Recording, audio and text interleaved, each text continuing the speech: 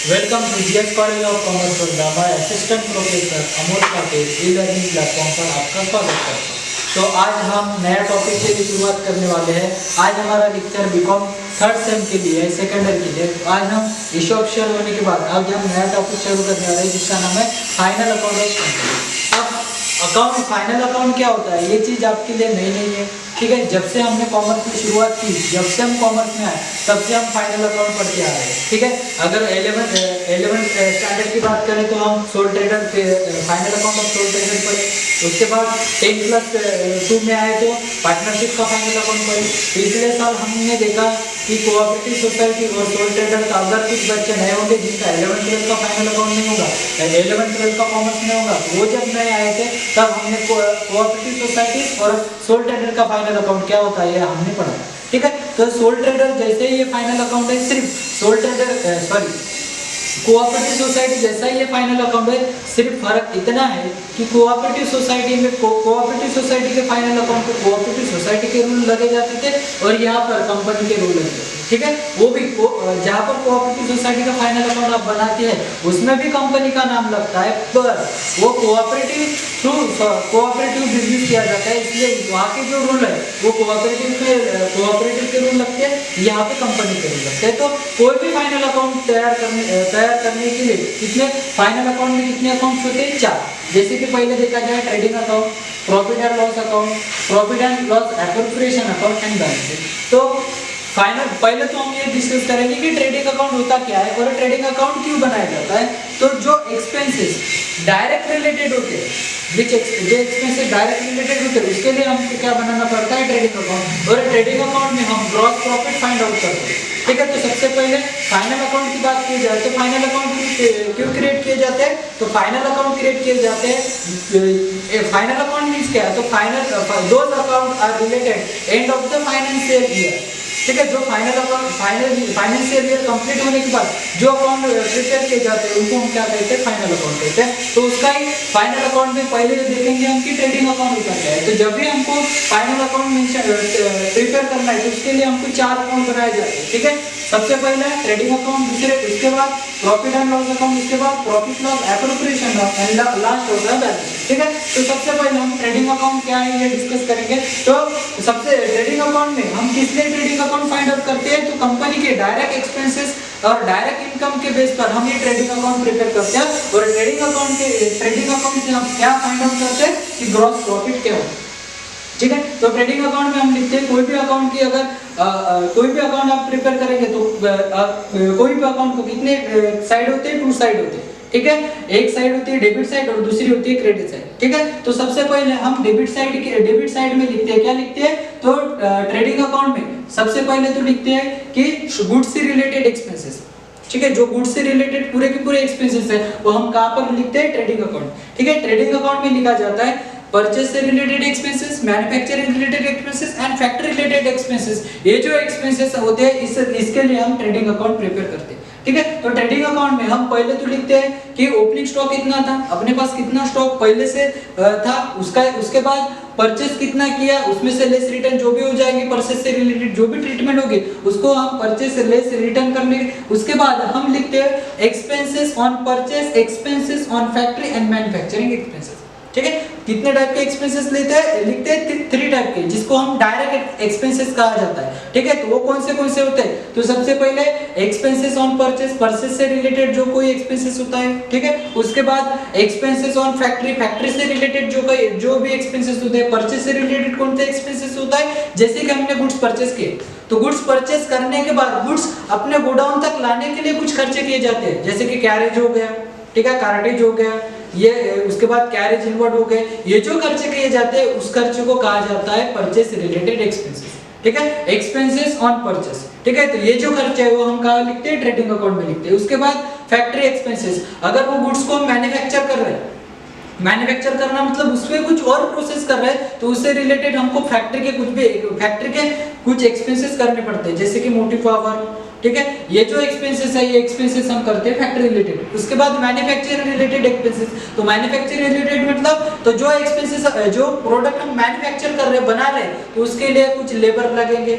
ठीक है, लेबर के साथ डायरेक्ट वेजेस आएंगे, ठीक है, ऐसे कुछ एक्सपेंसेस आए जाते हैं, किए जाते हैं, जिसको हम क्या कहते हैं, मैन्युफैक्चरिंग एक्सपेंसेस, ठीक है।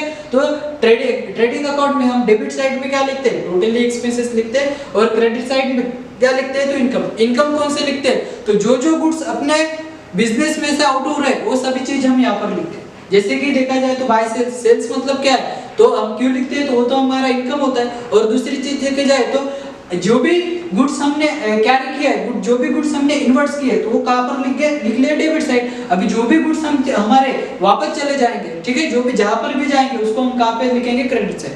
जैसे कि सेल्स हो गया, goods distributed as free sample हो गया, ठीक है, क्लोजिंग स्टॉक हो गया, गुड्स डिस्ट्रॉयड बाय फायर हो गया, गुड्स लॉस बाय थेफ्ट हो गया। ये सब चीजें हम कहां पर लिखते हैं, तो ट्रेडिंग अकाउंट में लिखते हैं, ठीक है। और ट्रेडिंग अकाउंट में लिखने के बाद लास्ट में क्या लिखते हैं हम, क्लोजिंग स्टॉक। क्लोजिंग स्टॉक इसका मतलब जैसे कि हमने देखा है ओपनिंग स्टॉक रहता है, वैसे भी क्लोजिंग स्टॉक रहता है। क्लोजिंग स्टॉक का मीनिंग होता है कि हमने जो गुड्स परचेस किए थे उसमें से कुछ गए, कुछ बेचे गए, कुछ फ्री सैंपल में बांटे, कुछ डिस्ट्रीब्यूशन में चले गए, और बाकी कुछ गुड्स रिमेनिंग बचे, तो जो भी रिमेनिंग बचे उसको हम क्या करते हैं, क्लोजिंग स्टॉक, ठीक है। तो उसके बाद क्या करते हैं हम, ट्रेडिंग अकाउंट की टोटल करते हैं। टोटल करने के लिए तो पहले क्रेडिट साइड की टोटल करते हैं। अगर क्रेडिट साइड की टोटल ज्यादा आती है, डेबिट साइड की टोटल कम आती है, तो उसको हम ग्रॉस प्रॉफिट कहते हैं, ठीक है। और उसके बाद अगर कभी-कभी क्या होता है कि डेबिट साइड की टोटल ज्यादा रहती है और क्रेडिट साइड की टोटल कम रहती है, तो उसको हम क्या कहते हैं, ग्रॉस लॉस कहते हैं,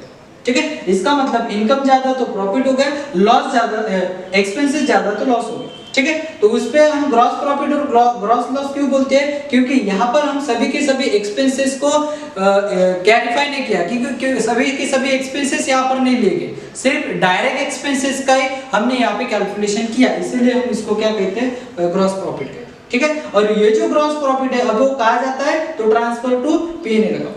जैसे कि हमने देखा है कि ये जो कहां पे चले जाता है, पीएनएल अकाउंट पे चले जाता है, किस लिए, तो नेट प्रॉफिट के लिए, ठीक है। तो पीएनएल अकाउंट दूसरा अकाउंट हमारा बनता है प्रॉफिट एंड लॉस अकाउंट, जिसको हम पी एंड एल अकाउंट भी बोला जाता है, ठीक है। पीएनएल अकाउंट में हम क्या लिखते हैं, तो पीएनएल अकाउंट में पहले तो जो भी ग्रॉस लॉस और ग्रॉस प्रॉफिट आएगा वो हम वहां पर लिखते हैं। तो सबसे पहले लिखेंगे हम ग्रॉस लॉस, जो कहां से है, ट्रांसफर फ्रॉम ट्रेडिंग अकाउंट। उसके बाद उस साइड में लिखते हैं ग्रॉस प्रॉफिट कहां से है, transfer to trading, transfer from trading account, sorry यहाँ पर फ्रॉम आएगा, ट्रांसफर फ्रॉम ट्रेडिंग अकाउंट कहां से आया है, तो transfer from trading account, okay.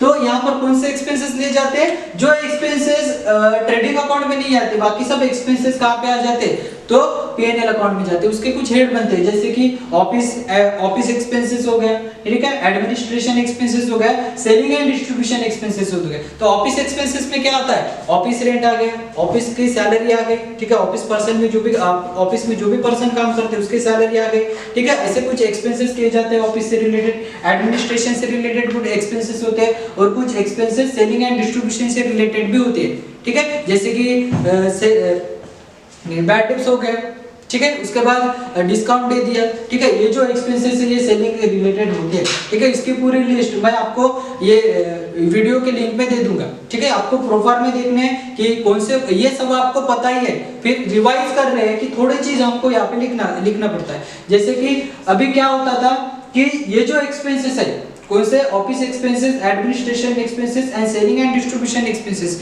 इससे रिलेटेड थोड़ी बहुत लिस्ट हमने आपको ग्रुप पे दे दी, ठीक है। उसके बाद ग्रॉस प्रॉफिट यहाँ पर लिखते हैं ग्रॉस प्रॉफिट, उसके बाद लिखते हैं रिसीव इनकम, जिसको इनडायरेक्ट इनकम कहा जाता है, जैसे रिसीव कमीशन हो गया, रिसीव कमीशन हो गया, उसके बाद रिसीव रिबेट हो गया। ये जो चीज आती है ये चीज हम कहां पर लिखते हैं, तो पीएनएल अकाउंट के क्रेडिट साइड में लिखते हैं, ठीक है। उसके बाद क्या करते हैं हम, दोनों साइड की टोटल करते हैं। अगर टोटल करते समय अगर क्रेडिट साइड ज्यादा आती है, अगर क्रेडिट साइड ज्यादा आती है और डेबिट साइड कम आती है, तो जो डिफरेंस रहता है उसको कहा जाता है नेट प्रॉफिट। और उसके बाद अगर डेबिट साइड ज्यादा आती है और क्रेडिट साइड कम आती है, तो उसका जो भी डिफरेंस बचता है उसको हम क्या कहते हैं, नेट लॉस, ठीक है। तो इसमें हम एक तरफ नेट प्रॉफिट लिखते हैं और दूसरी तरफ नेट लॉस लिखते हैं, ठीक है। तो सभी एक्सपेंसेस लिखने के बाद इनडायरेक्ट एक्सपेंसेस, पहले तो ग्रॉस प्रॉफिट आ गए, indirect expenses and indirect income लिखने के बाद जब हम टोटल करते हैं तो टोटल करने के बाद जो भी डिफरेंस रहता है, अगर डिफरेंस क्रेडिट साइड ज्यादा हो तो नेट प्रॉफिट, अगर डेबिट साइड ज्यादा हो तो नेट लॉस लिखते हैं, ठीक है। उसके बाद हम इनकी टोटल कर देते हैं, ठीक है। उसके बाद कौन सा अकाउंट बनाया जाता है, प्रॉफिट लॉस एप्रोप्रिएशन अकाउंट। एक मेन अकाउंट बना जाता है जो हमको इस पिछले साल हमने इस अकाउंट को देखा भी है का प्रॉफिट लॉस एप्रोप्रिएशन अकाउंट होता क्या है। तो प्रॉफिट लॉस एप्रोप्रिएशन अकाउंट ऐसी चीज होती है जहां पर हम नेट प्रॉफिट का क्या करते हैं, अलग अलग दिशाओं में डिस्ट्रीब्यूशन करते हैं, ठीक है। तो पिछले साल हमने जब कोऑपरेटिव सोसाइटी का फाइनल अकाउंट पढ़ा था तो उसने हमने एक रूल ही बना था कोऑपरेटिव सोसाइटी का, जो भी नेट प्रॉफिट होता था उसका 1/4 पोर्शन या 25% का ट्रांसफर कर देते थे, रिजर्व फंड में ट्रांसफर कर देते थे। पर यहाँ पर ऐसा कुछ करना नहीं है। अगर उन्होंने एडजस्टमेंट में बोला गया है कि जो भी प्रॉफिट है उसमें से कुछ रिजर्व फंड को ट्रांसफर करो तो करना है, अगर नहीं बोला तो नहीं करना है, ठीक है। ऐसा कुछ रूल यहाँ पर नहीं है, ठीक है। उसके बाद हम क्या करते हैं, सबसे पहले ट्रांसफर टू रिजर्व फंड को कुछ अमाउंट ट्रांसफर कर देते हैं, ठीक है। ट्रांसफर टू डिविडेंड हो गया, ट्रांसफर टू अदर फंड, जो भी फंड रहते हैं, सिंकिंग फंड हो गया, उसके बाद जो भी फंड रहते हैं, ठीक है, डिबेंचर रिडेम्पशन फंड हो गया। तो जो भी फंड हम यहाँ पर लिखते हैं सब डेबिट, यहाँ पर डेबिट साइड लिखते हैं, जो भी फंड का डिस्ट्रीब्यूशन हम करते हैं वो सभी का फंड कहाँ पर लिखते हैं, डेबिट साइड लिखते हैं। उसके बाद क्रेडिट साइड में क्या आता है, gross profit and loss account, previous year balance. इसका मतलब क्या है कि हमने पिछले साल भी कुछ ऐसे P&L एप्रोप्रिएशन अकाउंट प्रिपेयर किया था, उसमें से कुछ बैलेंस बचा था तो इसको हम लिखते हैं प्रीवियस ईयर बैलेंस। ये कहाँ पर मिलता है, ट्रायल बैलेंस में हमको मिलता है। उसके बाद हम लिखते हैं नेट प्रॉफिट। ये नेट प्रॉफिट कहाँ से है, तो P&L अकाउंट से आया है, ठीक है। उसके बाद हम टोटल कर देते हैं। टोटल करने के बाद अगर डेबिट साइड की टोटल आती ज्यादा तो बैलेंस बचा है, क्रेडिट साइड की भी टोटल ज्यादा आती तो कुछ बैलेंस बचता है। तो अगर क्रेडिट साइड की टोटल ज्यादा है और डेबिट साइड की कम है तो ये बैलेंस है, ये हम लायबिलिटी साइड लिखते हैं। और डेबिट साइड की टोटल ज्यादा है और क्रेडिट साइड की कम है, ये जो बैलेंस है हम कहाँ पर लिखते हैं, तो असेट साइड लिखते हैं। इसका प्रॉफिट लॉस एप्रोप्रिएशन अकाउंट यहाँ पर क्रिएट किया जाता है। तो उसकी हम ज्यादा जानकारी जब एग्जाम्पल लेंगे उसके यहाँ से सिर्फ ओवरव्यू लेंगे कि कौन कौन से अकाउंट बनने जाते हैं, कौन कौन से अकाउंट में क्या क्या लिखा जाता है। तो नेक्स्ट वाला अकाउंट बनता है जो कौन सा, इसको अकाउंट नहीं कहा जाता है, इसको शीट कहा जाता है, जिसको हम बैलेंस शीट कहते हैं। और बैलेंस शीट को जब कोऑपरेटिव सोसाइटी की बैलेंस शीट हो या कंपनी की बैलेंस शीट हो, उसको कुछ हेड दिए जाते हैं और उस हेड में उसको लिखना पड़ता है। जैसे कि बैलेंस शीट के भी कुछ यहाँ पर हेड देखे, ठीक है, 5-6 हेड अपने को लायबिलिटी साइड देखे और 4 हेड अपने को कौन से, असेट साइड देखे। तो ये होगी लायबिलिटी साइड और ये होगी असेट साइड। कुछ हेड हमको लायबिलिटी साइड आते हैं और कुछ हेड असेट साइड आते हैं, ठीक है। तो लायबिलिटी साइड में जो हेड आते हैं, सबसे पहला नाम है शेयर कैपिटल। शेयर कैपिटल क्या है, तो शेयर कैपिटल में हम लिखते हैं कि एक्चुअल कंपनी ने कितना शेयर कैपिटल इशू किया है, उसमें कुछ हेड आते हैं। सबसे पहला आता है authorise share capital. Authorise share capital को क्या बोलते हैं, तो जो कंपनी के मेमोरेंडम में लिखा जाता है उसको हम ऑथराइज शेयर कैपिटल कहते हैं। कि जो भी कंपनी अपनी जो कैपिटल से स्टार्ट होती है, ठीक है, उस कैपिटल को हम क्या कहते हैं, ऑथराइज शेयर कैपिटल। तो पहले शेयर कैपिटल के ग्रुप में लिखना पड़ता है ऑथराइज शेयर कैपिटल क्या रहता है, ठीक है। उसके बाद issue, subscribe, issue and called up capital, subscribe, issue and called up capital. और उसमें से हम कॉल इन अरियर्स को क्या कर देते हैं, माइनस कर देते हैं। कॉल इन अरियर्स क्या होता है, इसके बारे में हमने इशू ऑफ शेयर में सबसे बहुत अच्छे से जानकारी ले ली, ठीक है। तो सबसे यहाँ पर लिखते हैं हम कौन सा कैपिटल निकालते हैं, पेड अप कैपिटल। कौन सा कैपिटल निकालते हैं, पेड अप कैपिटल। और पेड अप कैपिटल कैसे निकलता है, उसका फार्मूला रहता है subscribe, issue and called up capital less call in arrears, ठीक है। कॉल इन अरियर्स माइनस होने के बाद जो भी कैपिटल बचता है उसको हम कहा जाता है पेड अप कैपिटल, ठीक है। कंपनी को कितने पेड हुए, कितना कैपिटल पेड हुआ, इसका मीनिंग रहता है पेड अप कैपिटल, ठीक है। उसके बाद हम लिखते हैं रिजर्व एंड सरप्लस। ये रिजर्व एंड सरप्लस क्या होता है, तो रिजर्व एंड सरप्लस मतलब कंपनी जितना भी प्रॉफिट होता है वो पूरी की पूरी शेयर होल्डर को नहीं देते, तो उसमें से कुछ डिस्ट्रीब्यूशन वो अपने पास रखते हैं। क्योंकि सर्टन कभी कंपनी को लॉस हो गया तो हम ज्यादा का प्रॉफिट हुआ तो शेयर होल्डर को दे सकते हैं, पर लॉस हुआ तो शेयर होल्डर से ले नहीं सकते। इसीलिए हम क्या करते हैं, पूरा का पूरा प्रॉफिट शेयर होल्डर को ना देते हुए उसमें से कुछ पोर्शन हम कहाँ पर, कुछ प्रोविजन में लिख देते हैं। जैसे रिजर्व फंड हो गया, उसके बाद डिविडेंड फंड हो गया, इसमें से कुछ हिस्सा जो प्रॉफिट का हिस्सा है वो हम रिजर्व करके रखते हैं। तो इसको कहा जाता है रिजर्व एंड सरप्लस, ठीक है। तो जो भी कंपनी का रिजर्व एंड सरप्लस रहेगा, जो पैसे कंपनी में रखने, ठीक है, किसी को बाहर देने की जरूरत नहीं है, वो पैसे हम कहाँ पर लिखते हैं, रिजर्व एंड सरप्लस में लिखते हैं। उसमें आता है रिजर्व फंड आता है, ठीक है, डिबेंचर रिडम्पशन फंड आता है, ठीक है, रिडीमेबल प्रेफरेंस शेयर्स आते हैं, इसके कुछ ट्रीटमेंट होती है जो हम रिजर्व एंड सरप्लस में लिखते हैं, ठीक है। उसके बाद आता है सिक्योर्ड लोन। सिक्योर्ड लोन मतलब क्या है, तो जो भी लोन लेना है, लोन लेने के लिए हमने असेट्स को क्या किया, मॉर्गेज रखा है, उसको कहा जाता है सिक्योर्ड लोन, ठीक है। तो कंपनी में डिबेंचर ऐसी एक लायबिलिटी होती है जो हमेशा सिक्योर्ड पर ही चलती है। अगर डिबेंचर आए तो उसको कहाँ लिखेंगे हम, सिक्योर्ड लोन में लिखेंगे, ठीक है। और बाकी कुछ बैंक से लोन लिया है तो अगर उन्होंने बोला है कि सिक्योर्ड लोन पार्ट है, सिक्योर्ड लोन भी लिखेंगे, या बैंक लोन देखे तो बैंक भी जब भी लोन देती है तो उसको क्या करना पड़ता है, कुछ असेट्स मॉर्गेज रखना पड़ता है, तभी बैंक क्या करते हैं, लोन देते हैं। तो वो जब सब चीजें कहाँ पर आ जाएंगे, सिक्योर्ड लोन। उसके बाद अनसिक्योर्ड लोन। अनसिक्योर्ड लोन मतलब जिसके लिए कंपनी ने कोई भी असेट्स को मॉर्गेज नहीं रखा, उस लोन को कहा जाता है अनसिक्योर्ड लोन। जैसे कि आपका ओवरड्राफ्ट हो गया, ठीक है, बैंक से हमको क्या मिलता है, करंट अकाउंट अगर रहा है तो बैंक से हमको क्या मिलता है, तो ओवरड्राफ्ट की कुछ सर्विसेज मिलते हैं। तो जो भी ओवरड्राफ्ट की सर्विसेज मिलते हैं तो उसके लिए हमको कुछ मॉर्गेज रखना पड़ता है क्या, नहीं, वो मॉर्गेज नहीं रखते, तो ऐसे जो लोन होता है वो कहाँ पर आता है, अनसिक्योर्ड लोन में जाता है, ठीक है। उसका नेक्स्ट ग्रुप है करंट लायबिलिटी एंड प्रोविजन। अब जो भी करंट लायबिलिटी है और प्रोविजन है वो सभी के सभी कहाँ पर आ जाएंगे, करंट लायबिलिटी एंड प्रोविजन में। जैसे कि क्रेडिटर हो गए, बिल्स पेएबल हो गए, ठीक है, आउटस्टैंडिंग एक्सपेंसेस हो गए, ये सब क्या बनते हैं हमारे लिए, करंट लायबिलिटी। और प्रोविजन मतलब कि जो भी चीजें हमने प्रोविजन करके रखी है, जैसे कि बोला जाता है कौन सी प्रोविजन, तो प्रोविजन फॉर इनकम टैक्स हो गया, प्रोविजन फॉर क्या, प्रोविजन फॉर डिविडेंड हो गया, ठीक है, क्योंकि प्रपोज डिविडेंड हो गया, ये सब चीजें हम कहाँ पर लिखते हैं, प्रोविजन वाला है, ठीक है। और उसके बाद आता है कंटिंजेंट लायबिलिटी। कंटिंजेंट लायबिलिटी क्या होती है, तो कंटिंजेंट लायबिलिटी ऐसी लायबिलिटी होती है जिसको कंपनी में फ्यूचर में देना पड़ सकता है, कंपलसरी नहीं दे सकते पर देना पड़ सकता है, तो उसको कहा जाता है कंटिंजेंट लायबिलिटी। और कंटिंजेंट लायबिलिटी को हम कभी भी आउटर कॉलम में नहीं लिखते, उसको इनर कॉलम में ही शो करते हैं, ठीक है। जैसे कि हो गया बिल्स क्या हो गया, डिसऑनर्ड हो गया। जब बिल्स डिसऑनर्ड होता है, ठीक, उस केस में क्या होता है, हमने कहाँ पर दे दिया, बिल्स बैंक को दे दिया, और बैंक को देने के बाद बिल्स के पैसे अगर बैंक को नहीं रिसीव होते हैं तो उस बिल्स को क्या कहते हैं, हम डिसऑनर करते हैं। तो डिसऑनर के केस में हमको बिल्स के पैसे किसको देने पड़ सकते हैं, बैंक को देने पड़ सकते हैं, कंपलसरी नहीं, देने पड़ सकते हैं, वो हम कहाँ पर लिखेंगे, कंटिंजेंट लायबिलिटी में लिखेंगे, ठीक है। तो इसी तरह से हमारी लायबिलिटी साइड आती है।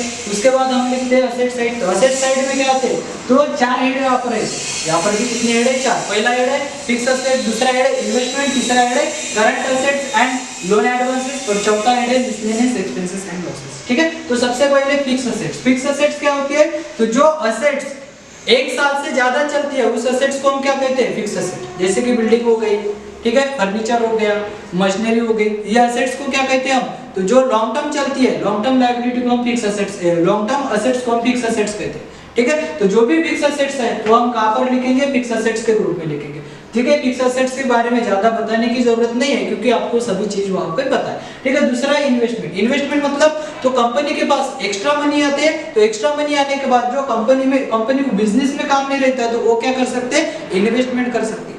जैसे कि अदर कंपनी के शेयर परचेस कर लिए, ठीक है, गवर्नमेंट के बॉन्ड परचेस कर लिए, तो ऐसे अलग अलग बॉन्ड्स, गवर्नमेंट के बॉन्ड्स हो गए, शेयर्स हो गए, तो ये हमारी क्या होती है, इन्वेस्टमेंट, ठीक है। और इन्वेस्टमेंट हमारी क्या रहते हैं, असेट्स रहते हैं। तो हम जो भी ये चीजें रहेंगी वो हम कहाँ पे लिखेंगे, इन्वेस्टमेंट वाले कॉलम में लिखेंगे। उसके बाद आता है current assets and loan in advance. अभी करंट असेट्स मतलब जो असेट्स 1 साल से कम होती है और जो असेट्स हमेशा क्या रहती है, आती जाती रहती है, उस असेट्स को क्या कहते हैं हम, करंट असेट। जैसे कि स्टॉक हो गया, ठीक है, स्टॉक के पैसे हमेशा आते जाते रहते हैं, ठीक है, कभी बढ़ता है कभी कम होता है। डेटर्स हो गया, ठीक है, कैश हो गई, बैंक हो गई, ये जो असेट्स होते हैं इस असेट्स को हम क्या कहते हैं, तो इस असेट्स को हम कहते हैं करंट असेट्स, ठीक है। और लोन एडवांसेस का मीनिंग क्या होता है, कुछ एडवांसेस हमको मिलते हैं जैसे कि डेटर्स हो गया और बिल्स रिसीवेबल हो गए, इसको हम क्या कहते हैं, एडवांसेस कहते हैं, ठीक है। और बाकी लास्ट में आता है मिसलेनियस एक्सपेंसेस एंड लॉसेस। ये हेड कंपनी में ज्यादा लिखा जाता है क्योंकि जब कंपनी एस्टैब्लिश होती है, ठीक है, तो उसके साथ कुछ खर्चे कंपनी को स्टार्टिंग में ही करने पड़ते हैं। इनकम आने से पहले ही कुछ एक्सपेंसेस करते हैं, तो उस एक्सपेंसेस को कहा जाता है मिसलेनियस एक्सपेंसेस। जैसे कि हो गया प्रिलिमिनरी एक्सपेंसेस। प्रिलिमिनरी एक्सपेंसेस का मीनिंग क्या होता है कि कंपनी स्टार्ट करते समय ठीक है, क्या किया कंपनी ने जो एक्सपेंसेस कहते हैं उसको क्या कहते हैं, प्रीलिमिनरी एक्सपेंसेस। अभी कंपनी स्टार्ट 1 साल के लिए हुई क्या, नहीं, वो तो इन फ्यूचर चलने वाली है, तो इसे ऐसे जो एक्सपेंसेस कहा जाता है, तो ऐसे एक्सपेंसेस को कहते हैं मिसलेनियस एक्सपेंसेस। और ये जो एक्सपेंसेस है 1 साल से रिलेटेड नहीं होती, ठीक है, इस एक्सपेंसेस का जो ड्यूरेशन है वो 1 साल से ज्यादा चलता है। और जैसे एक्सपेंसेस 1 साल से ज्यादा चलते हैं तो उस एक्सपेंसेस को हम एसेट से ट्रीट करके, वो एसेट्स तो नहीं रहते पर एसेट से ट्रीट करके एसेट साइड लिखते हैं। उसके बाद आता है अंडरराइटर कमीशन। अंडरराइटर कमीशन क्या होता है कि जब कंपनी को क्या करता है, कुछ 90% सब्सक्रिप्शन के शेयर्स जमा करने पड़ते हैं, जो 90% सब्सक्रिप्शन के शेयर कंपनी के पास नहीं आते हैं तो उसके लिए कंपनी क्या करते है, प्रोविजन करके रख देती है, उसका इंश्योरेंस निकाल देती है। इंश्योरेंस कंपनी को बोल देती है कि इसमें से जो भी शेयर्स है आपको बेचने की जिम्मेदारी है। तो इस केस में उनको क्या करना पड़ता है, कुछ कमीशन देना पड़ता है, तो उस कमीशन को कहा जाता है अंडरराइटर कमीशन, ठीक है। और ये जो अंडरराइटर कमीशन है 1 साल से रिलेटेड तो नहीं होता है, उसका जो खर्चा होता है 2-4 साल जब तक कंपनी रहेगी उस साल तक खर्चा रहता है, तो उसको हम क्या कहते हैं, मिसलेनियस एक्सपेंसेस। जो एक्सपेंसेस आते हैं वो एक्सपेंसेस यहाँ पर लिखते हैं, और उसमें से जो भी